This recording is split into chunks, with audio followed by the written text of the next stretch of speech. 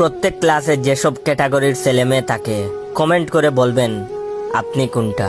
ছেলে সারাক্ষণ মেয়েদের সাথে আর কিছু মেয়ে সারাক্ষণ ছেলেদের সাথে লেগেই থাকে।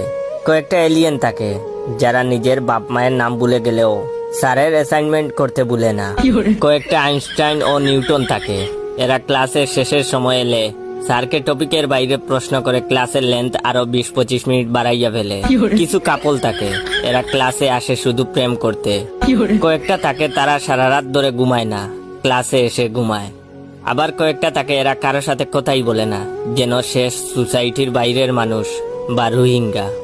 আবার কয়েকটা থাকে বাচাল, ক্লাসে সবার কানের 12টা বাজানোই তাদের একমাত্র উদ্দেশ্য।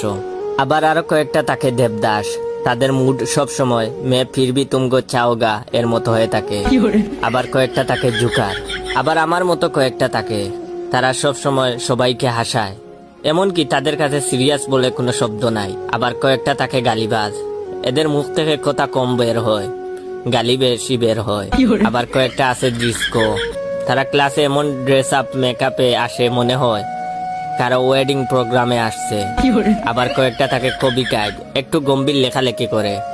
আবার কয়েকটা থাকে হরমোন বিশেষজ্ঞ, কার দাড়ি উঠে নাই, কার বা উঠে নাই, এসব নিয়ে গবেষণা করাই ওদের কাজ।